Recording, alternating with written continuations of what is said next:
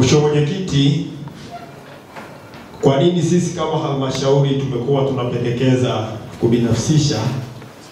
Ni pale ambapo tumekuwa tunaona ukusanyaji wetu halmashauri haufikii kwenye lengo tunalolitarajia. Mathalani, tukienda kwenye kipengele cha stendi, kwa mwezi tunakusanya kama milioni 6 mpaka milioni 7. Sasa milioni 6 mpaka milioni 7 kwa mwezi, huwezi kupata milioni 100 kwa mwaka mmoja. Kwa hiyo ndio ikawa lengo letu kwamba tunabinafsisha, kwa maana kwamba wale watakaochukua nafasi hizo watatuwezesha kupata pesa nyingi zaidi kwa wastani huo. Lakini pia kwa maelezo pia tu ya nyongeza ni kwamba ukiangalia vyanzo vyetu na jinsi tunavyokusanya, unaweza kuona kwamba ndio msingi unaotushawishi kwamba tutakapotangaza wale watakaoomba waweze kuona kwamba wanaweza kutusaidia kwa kiasi gani. Kiona kwa mfano kwenye hii mpunga, sio kweli kwamba kwa mwaka tunaweza kupata 600,000 peke yake ukiangalia kwenye vyanzo vyetu. Lakini wataalamu wakaelekeza kwamba watakapokuwa wanatangaza sasa kwa wazabuni, vile ambavyo sisi tumekuwa tunakusanya ndio utakuwa msingi wa kuona kwamba lengo ni kiasi gani. Lakini swala la uwepo wa stendi zingine ni swala ambalo sasa linashughulikiwa na management. Tulishatoa maelekezo kwamba ukienda pale Siroli Simba upo uwezekano wa kuanzisha pale stendi na tukapata mapato, lakini na eneo la Kiagata pia. Lakini hiki kilichoko hapa milioni 100 ni kwa maana ya stendi tu ambayo ni stendi ya Kiabakari. Kwa hiyo tunaamini watakapotangaza tutakuwa tumefanya utafiti kwa maana ya ongezeko pamoja na maeneo mengine. Asante Mheshimiwa Mwenyekiti. Hayo katika ukusanyaji ukiacha stendi ndio mwingine isema ya Butiama. Lakini kuna magari yanatoka Serengeti yale kina Mororo yale. Yanapita hapa hii barabara ya Butuguli yanatokea kule wapi? Mazani. Hayakatiwi kabisa. Kwa hiyo kuna namna fulani ambapo mapato yanapotea. Nadhani wakati tumefikiria kwenye swala la Kiagata na hilo pia tuone ni mkakati gani tunautengeneza ili kuokoa hizo fedha na tupandishe mapato kwenye halmashauri kwa upande wa magari na hasa yale ambayo yafiki Kiabakari. Asante Mwenyekiti. Vyanzo hivi vyote tulibainisha na vikao vinakusanya fedha. Naamini Mheshimiwa Mwenyekiti, ndio maana tuko hapa. Ingekuwa kama kuna mapungufu, ndio maana tunaendelea kusema, madiwani tunaendelea kusema ili waboreshe. Yaani pale ambapo tunaonekana kwamba mapato yetu hayaendi vizuri, tunaomba tuboreshe. Na hivyo vyanzo vingine ambavyo Mheshimiwa madiwani wenzangu wamevisema, lengo kubwa ni mapato kuongezeka kutoka hiyo bilioni 2 milioni 400 twende hata kwenye bilioni 3, kwa sababu ndio lengo tunapokwenda. Na huko tunapokwenda Butiama inakuwa ina vyanzo viko vingi, lakini Mheshimiwa Mwenyekiti, kuna vyanzo vingine ambavyo havikusanyi. Lakini mimi binafsi kwenye taarifa ya fedha sina mashaka Mheshimiwa Mwenyekiti, taarifa imejieleza vizuri, iko wazi. Mimi sioni kama kuna shida. Mimi binafsi Mheshimiwa Mwenyekiti sijafunga mtu mwingine kujadili, lakini management inafanya kazi, imefanya kazi kubwa kushirikiana na sisi madiwani, kwa sababu hivi vyanzo viko kwetu sisi, haviko kwao watumishi. Viko kwetu sisi, ndio tunatoa ushirikiano, fedha hizi zinakusanywa na halmashauri yetu inaweza kwenda mbele. Mheshimiwa Mwenyekiti, nikushukuru sana. Asante. Ni kweli kwamba sasa hivi nchi imekuwa kijiji. Akiangalia kwenye taarifa nyingi, halmashauri nyingi zimeshavuka 100%. Tunaangalia baadhi ya halmashauri. Sasa nimuombe tu mkurugenzi kupitia wataalamu wake wamsaidie. Kama leo tuna 68% mkurugenzi wetu, 100% hii tutaifikiaje? Kama wasaidizi wako watakuandikia tarehe 30 mwezi wa 6 kwamba tuna 105%, inatakiwa waite waulize mmetumia akili gani tumefika 100%. Kama huku nyuma tulishindwa kufika, lazima mkurugenzi waulize kwa ukali kabisa. Lakini jambo lingine, Mheshimiwa Mwenyekiti, tunazungumza baadhi ya vyanzo. Kiangalia kama asilimia stendi ya Kiabakari, ni kweli tunapendekeza milioni 100 kwa mwaka kukusanya.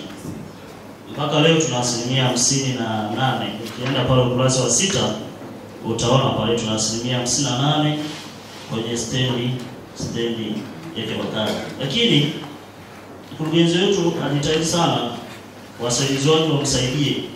Kama mwezi wa 4 au mwezi wa 2 tumepata milioni 6 kwenye stendi. Leo mkurugenzi, mwezi wa 3 tuna milioni 8 point. Lazima uulize wasaidizi wake, jamani, mwezi wa 3 magari yameongezeka? Mwezi wa 2 magari yalikuwa machache? Waheshimiwa madiwani na watumishi mlioko ndugu zangu, stendi ya Kiabakari tuna uwezo wa kusanya milioni 13. kwa mwezi. Nimekaa pale nimefanya utafiti nikaleta, simufanyie hata kama ni mbovu basi. Mfanyie muone Mjinja alichofanya pale kwa kutumwa na baraza la madiwani, alifanya upuuzi wa namna gani.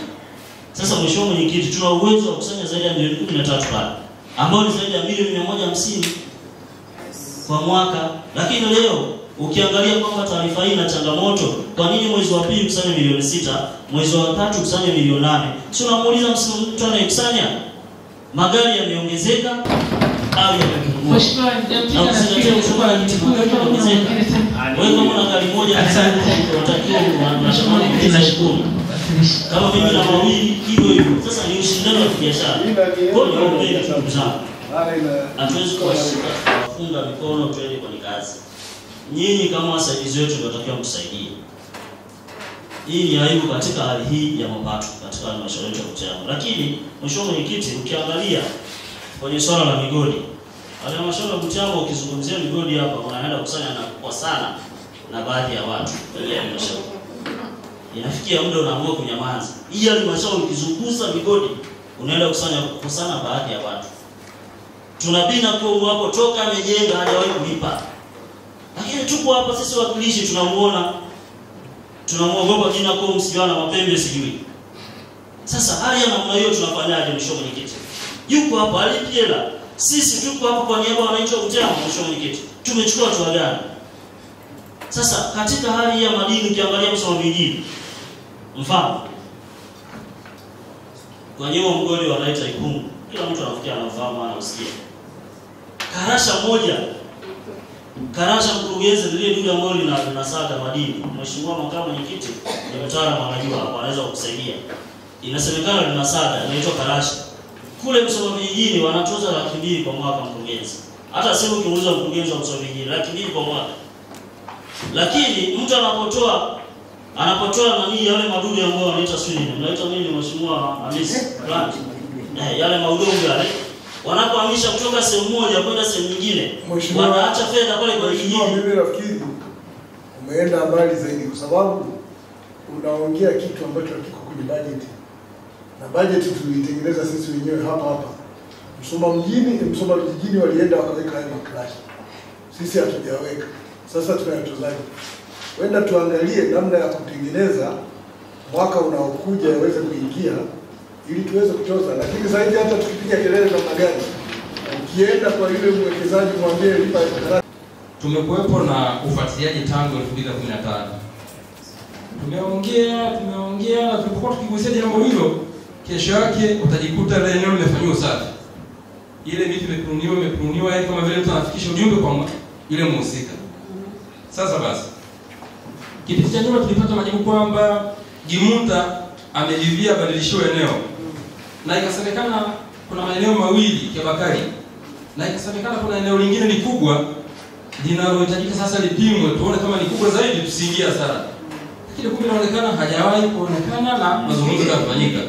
Yaani majibu ambayo ni mawili tofauti. Sasa ushauri, jambo hili tulitilie maanani sana. Tupate eneo la 00 ili kusudi tuingize mapato ndani ya halmashauri ya Butiama.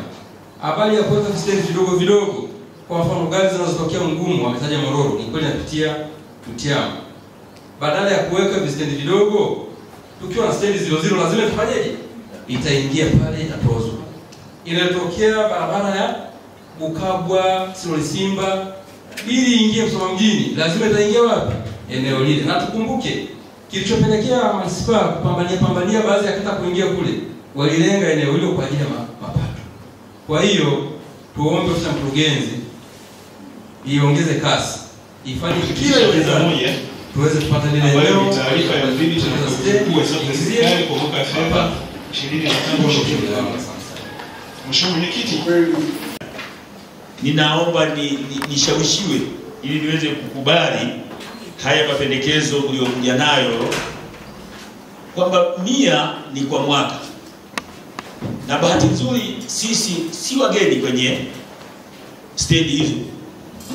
Mtushawishi kwamba kwa mwezi tumeona kwamba kwa mwezi ikipungua sana ni hii. Kwa miezi 6 ni hii. Kwa mwaka ni hii. Ukija na milioni 100 namna hii, maana yake mimi ninaona kama tunajikunja kwangu mimi ninavyoona. Lakini ukija na ushawishi jinsi mlivyofanya feasibility study kwamba jamani, kwa siku tunaona tunapata hii, kwa mwezi tunapata hii, sasa kwa mwaka tunaona tunapata hii, lakini huyu tukibinafsisha tukamwambia tuletee milioni 100 tutasaidia. Naomba ushawishi wenu. Shukuru kwa kutoa mwaliko kwake kushiriki katika mkutano huu wa baraza la madiwani robo ya 3 24-25. Mheshimiwa Mwenyekiti, naomba sasa kwa niaba ya Mheshimiwa Mkuu wa Wilaya ni yaseme yale ambayo ameniambia ni yaseme, zikiwa ni salamu zake za serikali katika baraza hili la madiwani kikao cha 3 robo ya 3 ya 24-25. Kwa Mheshimiwa Mwenyekiti, nitakapokuwa ninasema yale ambayo Mheshimiwa Mkuu wa Wilaya angekuwa anasema yeye. Mheshimiwa Mwenyekiti, Mheshimiwa Diwani, sote tunatambua kwamba swala la ukusanyaji wa mapato ni swala la kipaumbele. Halmashauri haiwezi kutekeleza mipango yake bila kuwa na mapato ya kutosha. Hivyo ni wasihi sana tushirikiane katika jambo hili kwa ajili ya maslahi mapana ya wilaya yetu na wananchi wake kwa ujumla. Mheshimiwa Mwenyekiti, nimepitia mapato ya halmashauri makusanyo ya Julai mpaka Machi 25 na imeweza kuonesha kwamba halmashauri imeweza kukusanya mapato kwa 68%. Na hiyo 68% ikiwa ni mapato lindwa na mapato yasiyolindwa. Ni wasihi tuendelee kuongeza kasi ya ukusanyaji wa mapato ili tunapoenda kumaliza mwaka huu wa fedha tuweze kufikia 100% na zaidi. Mheshimiwa Mwenyekiti, Mheshimiwa Madiwani, mtakumbuka kwamba serikali ya awamu ya 6 chini ya Daktari Samia Suluhu Hassan, Rais wa Jamhuri ya Muungano wa Tanzania, imeendelea kutoa fedha nyingi kwa ajili ya miradi ya maendeleo. Naomba Mheshimiwa Madiwani tufuatilie kwa karibu miradi hiyo, tujue fedha zinazoletwa katika maeneo yetu, na pale tunapoenda kumaliza muda kwa mujibu wa sheria, maana baraza kuvunjwa, tutoke tumeweka mikakati mahususi ambayo itaendelea kutekelezwa na mkurugenzi na management yake. Na sisi najua tunaamini kwamba baada ya kurudi tena, na yeye anaamini kwamba mtarudi, basi mtapokea mrejesho wa kilichotekelezwa. Kwa hiyo wanawasihi sana wakati mnaenda kumalizia muda wenu, mwache mweka mikakati ya ukamilikaji wa miradi ya maendeleo. Mheshimiwa Mwenyekiti, Mheshimiwa Rais anatoa fedha za elimu bila malipo kila mwezi. Ni wasihi sana tushirikiane kuhakikisha kwamba watoto wote wenye umri wa kwenda shuleni wanakwenda shule, na tujitahidi kuwahimiza wazazi kupitia kwenye vikao vyetu huko tulipo maeneo yetu, tupambane sana na swala la utoro, kwa sababu tunaona wote ni mashahidi fedha zinavyotoka hivi nyingi, lakini kuna swala la utoro limeendelea kuwa ni changamoto, na ili swala linapelekea kupoteza ndoto za watoto ambao hakuna mtu anayejua baadaye wanaweza kuwa watu gani. Kwa hiyo ameasisitiza sana tuendelee kupambana na swala zima la utoro, kushirikiana na shule zetu kule, bodi za shule na kamati za shule. Mheshimiwa Mwenyekiti, Mheshimiwa Madiwani, wilaya yetu ya Butiama ni miongoni mwa wilaya zenye changamoto ya mimba mashuleni katika mkoa wa Mara. Hivyo ni wasihi sana katika hili tushirikiane kwa karibu sana, na tuwahimize wazazi wote watoe ushirikiano kwa jeshi la polisi ili tuweze kudhibiti swala hilo ambalo linatokana na mmomonyoko wa maadili. Pale tunapoona watu wanaenda kuwa na mahusiano na wanafunzi, huo ni mmomonyoko wa maadili. Lakini liwe jukumu letu sisi basi waheshimiwa madiwani kulikemea na kupambana nalo. Na tunaweza tukawaambia watu kama wale watu ambao wanapenda wanafunzi, wale watu wazima wanaopenda wanafunzi, basi tunaweza tukawashauri kama wanachopenda ni zile sare za shule, basi wawashonee wake zao zile sare ili waweze kuona ni kama wale wanafunzi. Lakini tuwalinde wanafunzi wetu. Mheshimiwa Mwenyekiti, waheshimiwa madiwani, niendelee kuwakumbusha katika kipindi hiki kilichobaki kabla ya kuvunjwa kwa baraza kwa mujibu wa sheria, tuendelee kufanya mikutano na vikao vyetu vya kisheria katika kata zetu. Tuendelee kusikiliza kero za wananchi, migogoro na kuitatua ikiwa ni pamoja na kutafutia ufumbuzi. Tunajua kabisa tunatekeleza ilani ya Chama cha Mapinduzi na swala la kusikiliza kero ni miongoni mwa mambo tunatakiwa tuyafanye, ili baadaye tutakwenda kwenye majukwaa tusije tukapata changamoto za kuulizwa iki kitatuliwa kila kitatuliwa. Kwa hiyo kipindi kilichobaki kabla ya kuondoka baraza, basi tuhakikishe kwamba tunaendelea kusikiliza kero za wananchi na kutatua migogoro iliyo katika maeneo yetu. Mheshimiwa Mwenyekiti, ajenda Mheshimiwa Diwani, ni wasihi tuendelee kuhamasisha na kuelimisha wananchi kulipa kodi na ushuru mbalimbali uliowekwa kwa mujibu wa sheria, ambao ni kwa lengo la kuwaletea wananchi maendeleo na kupata huduma mbalimbali za kijamii.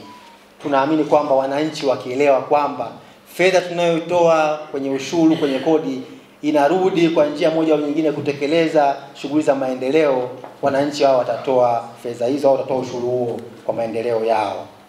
Mheshimiwa Mwenyekiti, swala jingine ni swala la lishe. Hili swala bado ni changamoto.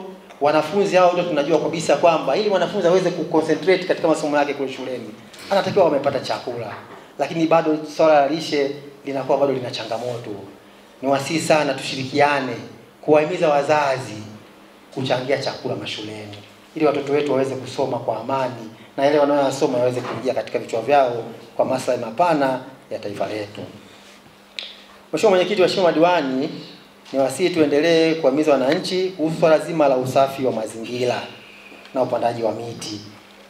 Mheshimiwa Mwenyekiti, serikali itoa maelekezo na maelekezo ya serikali hajawahi kufutwa kwamba kila mwisho wa mwezi, Jumamosi ya mwisho wa mwezi itakuwa ni usafi wa jumla katika maeneo yetu.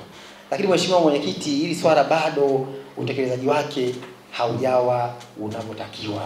Bado watu wanachukua kwa mazoea, inafanyika katika baadhi ya maeneo na maeneo mengine halifanyiki. Kwa hiyo ni wasihi sana Mheshimiwa Diwani, tushirikiane katika kuwakumbusha wananchi kwamba swala la usafi wa mazingira ni jukumu la kila mmoja na kila mtu ajione kwamba ni sehemu ya swala hilo. Lakini vile vile na swala la upandaji wa miti, tukumbushane, hususan kipindi cha mambo kinaendelea, tupande miti kwa maslahi mapana ya nchi yetu, kuepuka na masuala mazima ya jangwa na hewa ukaa. Pia Mheshimiwa Mwenyekiti, tuendelee kuwakumbusha wananchi katika kipindi hiki ambacho mvua zinaendelea kunyesha za masika ambazo zinaelekea mwishoni lakini zinaendelea kunyesha, basi waendelee kuangalia swala zima la maji wanaotumia kunywa. Maji wanaokunywa yawe yametiwa dawa au yaweze kuchemshwa ili kuepuka na magonjwa ya mlipuko. Mheshimiwa Madiwani, niwaombe tushirikiane katika kueleza wananchi mambo mengi na mazuri ambayo serikali yetu ya awamu ya 6 chini ya Mheshimiwa Daktari Samia Suluhu Hassan, Rais wa Jamhuri ya Muungano wa Tanzania, imeendelea kuyafanya kiwilaya na kitaifa. Mheshimiwa Mwenyekiti, sote ni mashahidi jinsi Mheshimiwa Rais anapofanya mambo mengi mazuri makubwa, hususan ujenzi wa miundombinu mbalimbali ya barabara, maji, umeme, ujenzi wa madarasa, ujenzi wa vituo vya afya, hospitali na zahanati. Na hapa katika wilaya yetu tunaona chuo cha Mwalimu Nyerere kinaendelea kujengwa pale na tunayo VETA pale. Yote haya ni matunda ya kazi nzuri anayofanya Mheshimiwa Daktari Samia Suluhu Hassan. Kwa hiyo niwaombe sana ndugu zangu, sote tukawe mabalozi kuyasema haya kwa wananchi. Mwisho, Mheshimiwa Mwenyekiti, inawezekana ili likawa ni baraza la mwisho kwa madiwani kabla ya kuvunjwa kwa mujibu wa sheria, au inawezekana ikawa vinginevyo. Lakini ikiwa ndio itakuwa hivyo, basi mimi Mheshimiwa Moses Ludovico Kaegele nipende kuchukua nafasi hii kuwashukuru sana. Kwa kushukuru wewe mwenyekiti pamoja na waheshimiwa madiwani wote kwa ushirikiano mkubwa ambao mmekuwa mkinipa kipindi chote ambacho mmekuwa madiwani katika wilaya hii na mimi nikiwa Mheshimiwa DC. Mimi mkuu wa wilaya ya Butiama, hakika nitakumbuka ushirikiano wenu mkubwa ambao mmekuwa mkinipa, na ni imani yangu kuwa mtaendelea hivyo kwa maslahi mapana ya wilaya yetu ya Butiama na wananchi wake kwa ujumla. Kamati ya mpango na fedha kwamba tuibue vyanzo mbalimbali. Kipo chanzo kimoja cha ujenzi wa madini ya ujenzi hakijakaa vizuri, kiangalia hatukusanyi, lakini tuna ujenzi sana katika halmashauri yetu na wilaya yetu. hapa chuo kikuu penyewe wanatumia madini mengi sana. Je, tunakusanya vizuri? Ukiangalia hata ujenzi wa nyumba za kawaida, tuna vyuo, tuna mashule makubwa, tuna mahospitali, tuna madispensari. Je, tunakusanya? Kwa hiyo mimi kama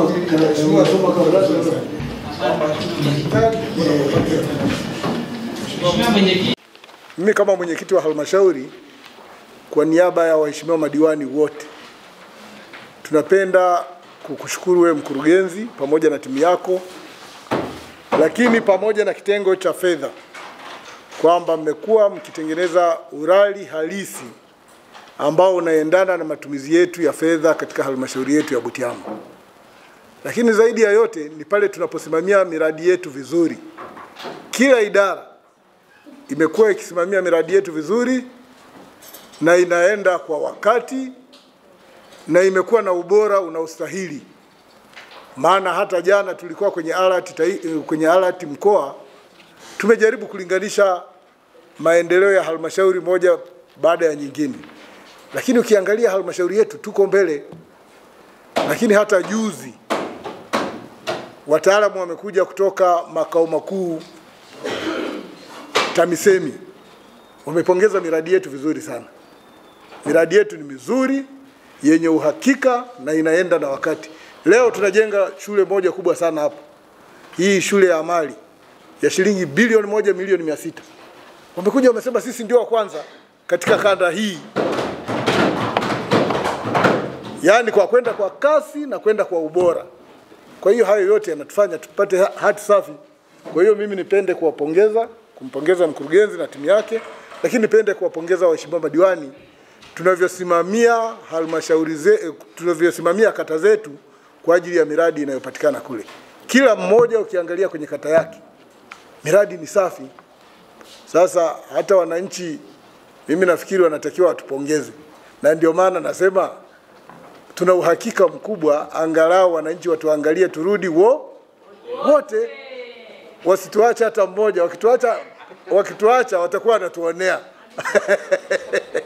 Maana hakuna kata iliyo na miradi ya ovyo ovyo. Na miradi yote imeisha vizuri na ina wakati na kiwango kinachostahili. Kwa hiyo niwaombee kwa wananchi na tujiombee kwa wananchi, watupe kura za ndio ili tuweze kurudi kutengeneza halmashauri yetu vizuri. Kwa hiyo machache, mkurugenzi, tunapenda kuwashukuru.